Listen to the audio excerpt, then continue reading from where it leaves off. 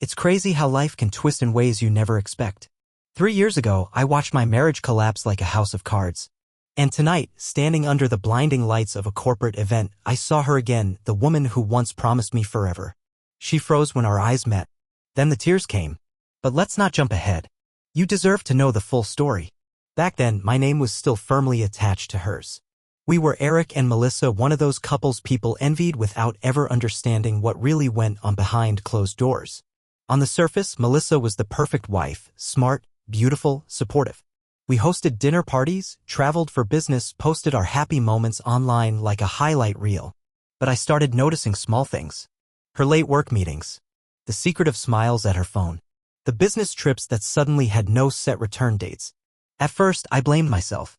Maybe I was working too much. Maybe I wasn't fun anymore. Maybe after years together, I had simply become boring. It gnawed at me, that ugly little voice whispering that something was wrong. Still, I pushed it aside.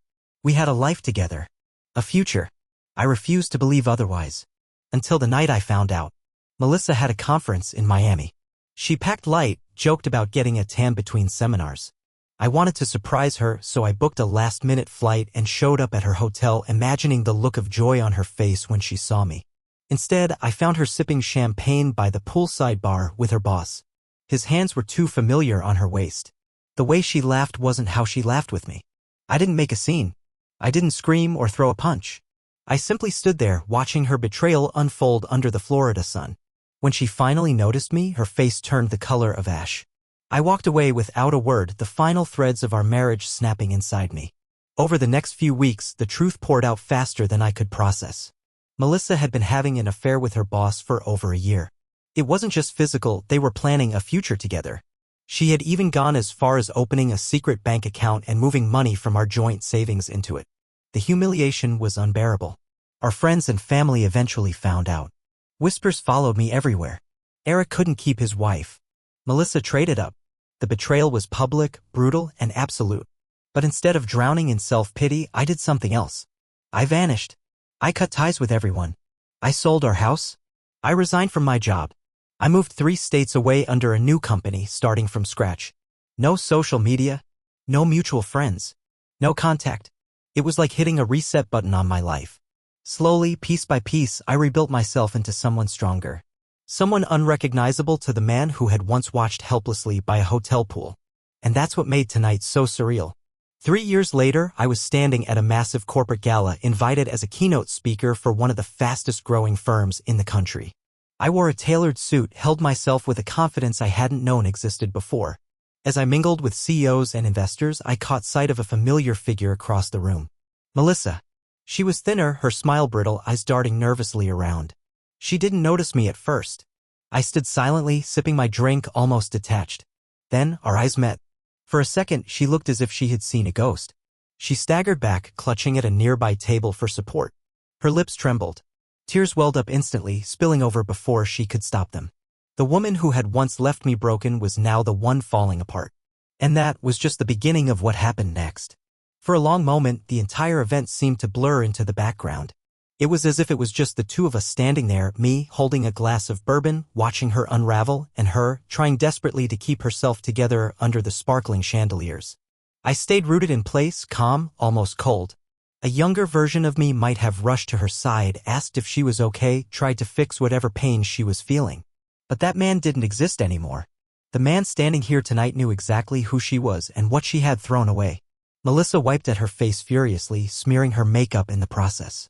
She took an uncertain step toward me, then stopped. I could see the war inside her, part of her wanting to run to me, part of her knowing she had no right to. Instead, she stood there, wringing her hands like a guilty child. A few guests began to notice the scene unfolding, casting curious glances in our direction. Melissa, the composed corporate manager, was falling apart in public. I let her stew in it for a while longer before finally breaking eye contact and turning back to the group I had been speaking with, several major players in the finance industry. I laughed at their jokes, shared insights, and completely ignored the woman who had once shattered my world. That was the real revenge. Indifference. About an hour later, when the crowd had thinned and the music had softened, she approached me again. This time, quieter, more hesitant. Eric. Her voice cracked. I turned to her slowly, raising an eyebrow. "Melissa," I said, my tone polite but detached, as if greeting a stranger at a networking event. Her eyes searched my face desperately. I didn't expect to see you here," she stammered. "I'm not surprised," I replied smoothly. "You were never good at seeing what was right in front of you." That one hit her hard. She flinched as if I had physically struck her. A few people nearby pretended not to listen but were clearly hanging on to every word. Melissa swallowed hard, trying to regain some of her old poise. "You look incredible," she said finally, her voice trembling. I've heard about your success. You're doing amazing things." "Thank you," I said coolly. No compliment in return. No attempt to ease her discomfort. There was a pause. I could almost see her mind racing, trying to find a way to bridge the gap between us, to undo the damage she had inflicted years ago. But some chasms can't be crossed once you burn the bridge yourself. "I made mistakes," she blurted out suddenly, her voice rising with emotion. "Terrible ones. Eric, I think about you every day. I never stopped regretting what I did." The confession hung in the air like a heavy fog. Some part of me, buried deep, had once yearned to hear those words. But standing here now, all I felt was a distant pity. Pity for the woman who had sacrificed something real for something fleeting, and lost it all. I tilted my head slightly. "Regret's a heavy burden, Melissa. Hope you're strong enough to carry it." She opened her mouth to respond, but no words came out, only a choked sob. She covered her face with her hands, turning away as her shoulders shook. I watched her go without a flicker of emotion. Once upon a time, her pain would have shattered me. Now it was just another chapter closed. What I didn't know yet, what none of us in that glittering ballroom knew, was that this wasn't the end of the night's surprises. In fact, it was only the beginning, because as I returned to my group, shaking off the encounter like rain from my shoulders, a man approached me. A man whose name I hadn't heard in years. And the secret he whispered into my ear changed everything I thought I knew about what had happened 3 years ago. The man who approached me was someone I hadn't thought about in years, Mark Hensley. He used to work at the same company where Melissa and I first met, a mid-level manager with a reputation for being sharp, ambitious, and brutally honest. He looked older now, the lines around his mouth deeper, the hair at his temples more silver than brown. Yet the glint in his eyes remained exactly the same, calculating, observant. As he stopped beside me, he leaned in casually, as if we were old friends sharing a private joke. "Eric," he said, voice low but firm, "I think you deserve to know the full truth about what happened back then." I turned toward him fully, heart suddenly pounding in my chest, though my face betrayed nothing. "What truth?" I asked, keeping my tone light. Mark glanced over his shoulder, checking that no one was too close, before continuing. "Melissa didn't just cheat on you with her boss," he said, his voice barely a whisper. "She helped him set you up." For a few seconds, I simply stared at him, the words not quite sinking in. "Set me up," I repeated slowly, as if testing the weight of the phrase. Mark nodded grimly. "You were being considered for a major promotion at the time, weren't you? Senior vice president, right?" I nodded once, sharply. Melissa knew about it. She also knew that her boss, David Langston, wanted that position for himself. Problem was, you were the front runner. By a mile. Too good at your job. Too respected. Langston couldn't touch you professionally. So he attacked personally. I felt my fingers tighten around my glass, my knuckles whitening. Mark continued, his expression grave. "They manufactured the trip to Miami. Leaked half-truths about you being unstable, obsessed with work, too demanding in your marriage. Meanwhile, the affair made you look like a fool behind closed doors. It wasn't just betrayal, Eric. It was sabotage." The memories slammed into me like a freight train. The way my colleagues had treated me after the Miami trip. The sudden cooling of relationships I had once trusted. The unexplained withdrawal of the promotion offered 2 months later. I had blamed myself, thinking it was fallout from my crumbling personal life bleeding into my professional world. But it hadn't been random. It had been orchestrated. "Why are you telling me this now?" I asked, voice low and dangerous. Mark shrugged, a bitter smile twisting his mouth. "Because Langston's empire just collapsed. Embezzlement charges. Fraud. Turns out Karma's got a hell of a sense of humor. And as for Melissa..." He trailed off, his eyes flickering toward the corner of the ballroom where she sat alone, still wiping at her ruined makeup. She lost everything when he went down. Job. Reputation. Future. She backed the wrong horse. Now she's got nothing left. For a long moment I said nothing. The room spun lazily around me, the glitter and chatter of the gala fading into a distant buzz. In one night, everything I thought I knew about my past had been shattered and rebuilt into something even uglier. Melissa hadn't just broken my heart. She had helped destroy my career. She had laughed beside the man who gutted my life from the inside out. And now here she was reduced to tears at a corporate event while I stood taller, stronger, more successful than ever. I could have walked away then. Let her drown in the mess she created. But a different idea took root, dark and cold. Maybe it was time for her to understand exactly what it felt like to lose everything and know it was her own fault. As I watched her from across the ballroom, a plan began to form, slowly, methodically. I wasn't going to lash out. I wasn't going to cause a scene. No, my revenge would be quieter. Smarter. Devastating in ways she wouldn't even see coming. And tonight would be the first move. I didn't rush it. If there's one thing life had taught me in those brutal years after Melissa's betrayal, it's that real victories aren't won in heated moments, they're crafted with patience. Precision. I kept my distance for the rest of the evening, acting as if our awkward encounter had already been forgotten. She, on the other hand, couldn't stop glancing at me across the room, her face pale and tight, her smile cracking whenever someone tried to engage her in conversation. The woman who had once basked in the spotlight now looked like a shadow clinging to the edges of a world that had moved on without her. And I was determined to show her just how far beyond her reach I had grown. Toward the end of the event, an opportunity presented itself almost too perfectly. One of the senior partners of a major investment firm, a man I had met earlier that evening, invited me to join an exclusive after-party at the penthouse suite upstairs, a gathering reserved for executives, speakers, and top-tier guests. As we rode the elevator up, sipping expensive scotch and laughing about business ventures, I saw her again. Melissa was stepping into the lobby, looking lost, a cheap clutch clutched in her hands like a lifeline. I caught her eye just long enough to smirk and turn away, walking into a world she could no longer touch.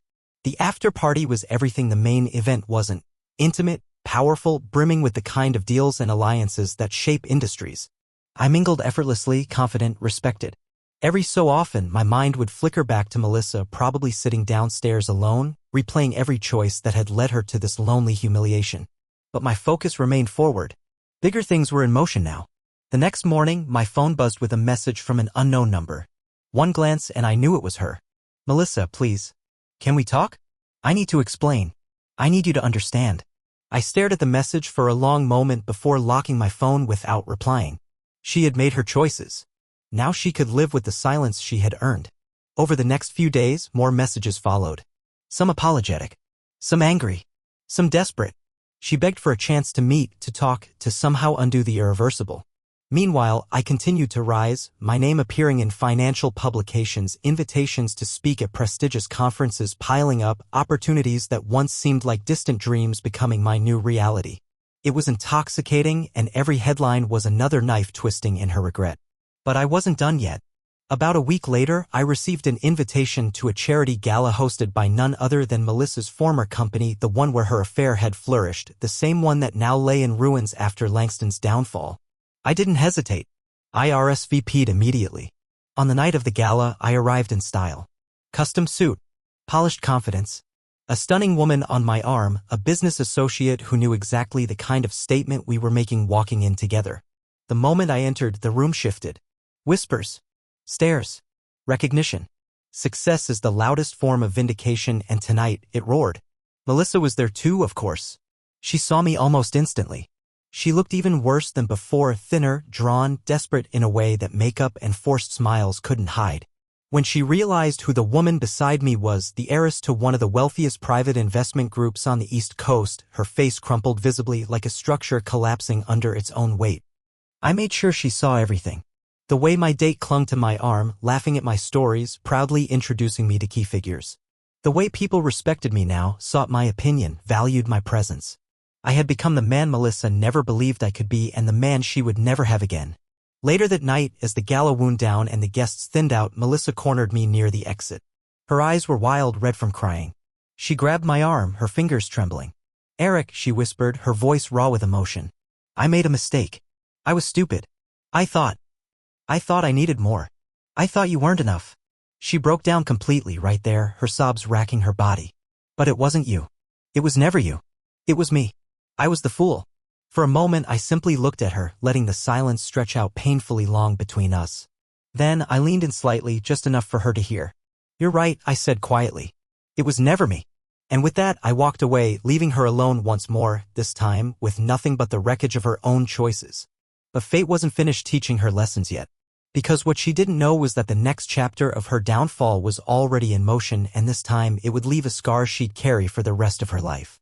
After that night, I thought maybe Melissa would finally accept the consequences of her actions and disappear from my life for good. But I had underestimated just how desperate someone could become when their entire world collapses. A few days later, a small, cream-colored envelope arrived at my office. No return address. Inside was a handwritten letter from Melissa. The letter was a tangled mess of apologies, excuses, and half-baked promises. She wrote about how lonely she had become, how Langston had discarded her the second his career began to sink. She admitted to stealing money from our joint accounts all those years ago, using it to fund their secret getaways and to prop up a fantasy life that crumbled as soon as it had begun. She wrote about sleepless nights, about the shame she felt facing our old friends who now looked at her with thinly veiled contempt. And then, at the bottom, a final, desperate plea. "Please, Eric. Let's meet. Just once. I need to say what I couldn't say before. I need closure. I need you." Closure. The word made me laugh, a bitter sound in the silence of my office. She hadn't cared about closure when she slipped away to hotel rooms with her boss. She hadn't needed it when she siphoned off our future for fleeting thrills. Now, standing amid the ashes of everything she destroyed, she wanted me to give her peace. Still, part of me, the colder, more strategic part, saw an opportunity. Meeting her, hearing her out, wasn't about forgiveness. It was about finality. It was about making sure she truly understood how far beyond her I had risen. Not with cruelty. Not with anger. With undeniable, irreversible reality. So I agreed. We met at a quiet cafe on the outskirts of town, far from the glittering lights of the corporate world we had once shared. I arrived early, settling into a booth where I could watch the door. When Melissa entered, my breath caught, not with affection, but with shock. She looked like a ghost. Her hair was limp, her clothes wrinkled, her eyes hollow. The years had not been kind to her, and the weight of her choices showed in every line on her face. She slid into the seat across from me, wringing her hands nervously. For a long moment, neither of us spoke. The distance between us wasn't just physical. It was the chasm of betrayal, regret, and time. Finally, she broke the silence. "Eric," she whispered, voice cracking, "I'm so sorry." I said nothing, simply studying her. She took that as permission to continue. Words tumbled out of her, confessions, explanations, sob stories about how Langston had manipulated her, how she thought she was chasing something better but only found emptiness. She wept openly, wiping at her face with a trembling hand. When she finished, she looked at me with wide, desperate eyes, searching for some sign of forgiveness. "I know I don't deserve it," she whispered. "But is there any part of you that still, I held up a hand, cutting her off. "Melissa," I said quietly, evenly, "you made your choices. You burned your bridges. You left me for dead and expected me to stay there. But I didn't. I built something better without you. And now, the only thing I feel when I look at you is gratitude." She blinked, confused. I leaned in slightly, my voice dropping to a low, firm tone. "Because losing you was the best thing that ever happened to me." Her face crumpled, a fresh wave of sobs racking her body. I stood, leaving a few bills on the table without another glance at her. As I walked out into the sunlight, I felt lighter than I had in years. She had wanted closure, and now she had it. But the universe wasn't done teaching Melissa hard lessons. Because while she begged for forgiveness in coffee shops, a far bigger storm was brewing. One that would expose secrets even she wasn't ready to face. Secrets that would destroy what little remained of her crumbling life. And the best part? I wouldn't have to lift a single finger to make it happen. In the weeks that followed, I pushed Melissa out of my mind, focusing entirely on my growing career. Big deals, new contracts, invitations to elite circles. My life was no longer just about survival. It was about dominance. But the universe had a sense of timing that no strategist could ever match. One afternoon, while I was preparing for a keynote speech in Chicago, I received a call from an old acquaintance, someone I hadn't heard from since the early days of my rebuilding. His voice was tense, urgent. "Eric, you need to see this," he said, and moments later, a string of images and documents landed in my inbox. I leaned back in my hotel chair, heart pounding as I scrolled through the files. There, in high-definition clarity, were emails, bank transfers, photos, undeniable evidence that during her affair with Langston, Melissa hadn't just been a passive participant. She had actively assisted him in laundering company funds, forging signatures, and moving large amounts of money offshore to accounts that, when everything collapsed, left her equally complicit. Langston hadn't simply betrayed her after using her. He had dragged her deep into the criminal pit he was building, knowing full well that when it all came crashing down, she would be too entangled to escape clean. Worse yet, her name appeared on financial documents tied to illegal dealings, things she couldn't explain away with a sob story or crocodile tears. Melissa was under federal investigation, quiet for now but growing. Word was spreading through corporate circles, investors whispering, competitors keeping their distance, her name becoming radioactive. Once the investigation moved public, she wouldn't just lose her career, she could lose her freedom. Jail time wasn't just a possibility. It was a looming certainty. I sat there for a long moment, absorbing it all. I hadn't lifted a single finger. I hadn't plotted revenge or pulled strings. I had simply moved forward with my life while her own sins, buried under layers of deceit, had rotted through the floor beneath her. It was almost poetic. Later that night, while sipping a drink on the rooftop terrace overlooking the Chicago skyline, I received another message from Melissa. It was short, desperate. "Eric, please. I need your help. I don't know who else to turn to." For a brief second, I considered ignoring it, letting her spiral into the void she had created. But curiosity won out. I responded simply, "Meet me tomorrow, noon, same cafe." The next day, she arrived looking even worse than before. Hollow-eyed, gaunt, panic etched into every feature. As she slid into the seat across from me, her hands shook so badly she couldn't even hold her coffee. She didn't waste time with pleasantries. "They're coming for me," she whispered, voice shaking. "Investigators. They think I—" Her breath hitched. "They think I stole millions. I didn't, Eric. I swear. I didn't know what David was doing until it was too late." I leaned back, studying her with detached interest. "And why should that matter to me?" I asked. Tears streamed down her face as she pleaded. "I need someone to vouch for me. Someone who can tell them I'm not capable of something like this. Someone respectable." She looked at me like I was still the man she had abandoned years ago. The man desperate for her love, desperate for any scrap of attention she threw him. But that man was long gone. I let the silence hang between us until she was practically vibrating with anxiety. "You want me?" I said slowly, savoring every word. "To lie for you, to save you from the consequences of your own choices. After everything you did." She opened her mouth to object, but no words came out. She knew there was no defense.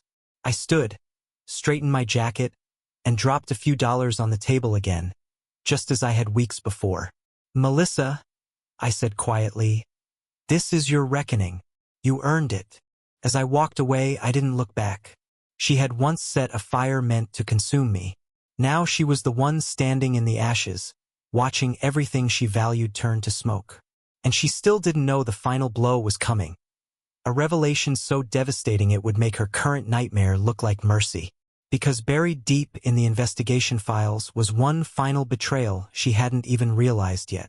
One that would leave her completely, utterly alone.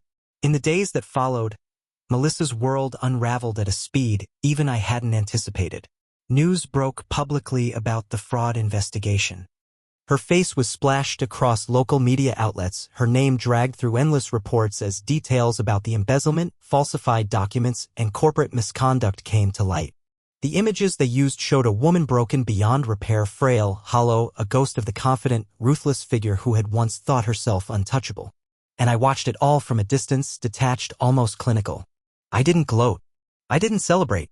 I simply witnessed the inevitable consequence of her actions play out like a slow-motion collapse. But what Melissa didn't know, what she could never have expected, was the final betrayal waiting for her, tucked inside those same files. Because in her desperate efforts to secure her place beside David Langston, she had unknowingly signed documents not just shifting stolen company funds, but transferring ownership of key assets to Langston himself, including the house she thought she still owned, the car she still drove. The tiny bit of security she clung to like a life raft was an illusion. Legally, she owned nothing. Worse, Langston had used her signature to take out massive debts in her name before skipping the country, leaving her to answer for everything. It was only a matter of time before the authorities seized it all. And when they did, she would have nowhere left to go. The real hammer fell a week later. I was sitting in a meeting with some investors when my phone buzzed again, this time with a message from an unfamiliar number. It was a photo of Melissa sitting on the front steps of what used to be our marital home, a cardboard box at her feet, her face buried in her hands. The caption below it simply read, "Evicted." I didn't reply. I didn't need to. Later that evening, as the sun sank low behind the skyline, I found myself thinking back to everything that had happened. The man I used to be, the naive, trusting fool who believed love could conquer anything, was long dead. In his place stood someone harder, sharper, infinitely more dangerous. Someone who understood that some betrayals demanded consequences not out of revenge, but out of respect for oneself. Still, part of me, the smallest, most human part, wondered if maybe that was enough. If maybe the universe had already delivered more justice than I ever could have engineered. Maybe it was time to move on completely. But fate had one more card to play. The next morning, while I was preparing for a business trip, a package arrived at my doorstep. No name. No return address. Inside was a stack of old photographs, creased and faded from handling. They were pictures from years ago, candid shots taken during our marriage. Trips we had taken. Dinners we had shared. Moments that, at the time, had felt real. Moments that now felt like someone else's life. Tucked between the photos was a single letter written in a shaky hand. "Eric," it began. "I know I have no right to ask you for anything. But if there's any mercy left in your heart, please meet me. Just once more. I have something I need to tell you. Something I should have told you years ago." There was no signature. But there didn't need to be. I stared at the letter for a long time, the weight of the years pressing down on me. Part of me wanted to rip it up, to throw it into the trash without a second thought. Another part, the colder, more calculated part, recognized an opportunity. Because if Melissa thought she still held some secret that could change everything between us, she was wrong. I didn't need her apologies. I didn't need her explanations. I didn't even need her regret. But I would hear what she had to say, if only to watch her realize that nothing she could offer would ever be enough. And this time I would be the one writing the final chapter. I arrived at the meeting place exactly on time. It was a small park on the edge of the city, a quiet spot where parents pushed strollers and retirees walked their dogs. I wore a dark jacket, hands tucked casually into my pockets, and waited by the old stone fountain. A part of me wondered if she would even show up. Maybe the guilt had finally crushed her. Maybe she had realized that nothing she could say would undo what she had done. But then I saw her. Melissa approached slowly, clutching her jacket tightly around her thin frame.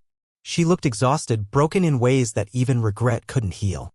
As she reached me, she hesitated, her eyes searching mine, perhaps hoping to find a trace of the man she once knew. Instead, she found someone stronger, someone at peace. "Eric," she whispered, voice hoarse. "Thank you for coming." I said nothing, only nodded once, signaling her to speak. She took a deep breath, steeling herself. "There's something I never told you," she began, tears already brimming. "Something I kept hidden because I was ashamed. Not of you. Of myself." She reached into her pocket and pulled out a small envelope, trembling as she handed it to me. I opened it carefully, pulling out a letter and a photograph. The photo showed Melissa years ago, sitting in a hospital room. In her arms was a newborn baby, but not ours. A caption scribbled on the back, "Adoption Day 2012. "I got pregnant," she said, voice breaking, "before everything fell apart. But it wasn't yours." I lied. I was scared. I thought I could hide it forever. That's why I sabotaged everything. I didn't want you to find out. I thought it would be better if you hated me than if you knew the truth. For a moment, the world seemed to still. The betrayal ran even deeper than I had ever imagined. But as I looked at her, this broken, regretful woman standing before me, I felt no rage, no bitterness. I simply felt free. "Melissa," I said quietly, folding the letter and slipping it back into the envelope, "I forgive you." She gasped softly, her hands flying to her mouth. Tears streamed down her cheeks, but this time they weren't just from pain. They were from something close to relief. I forgive you, I repeated, firmer this time.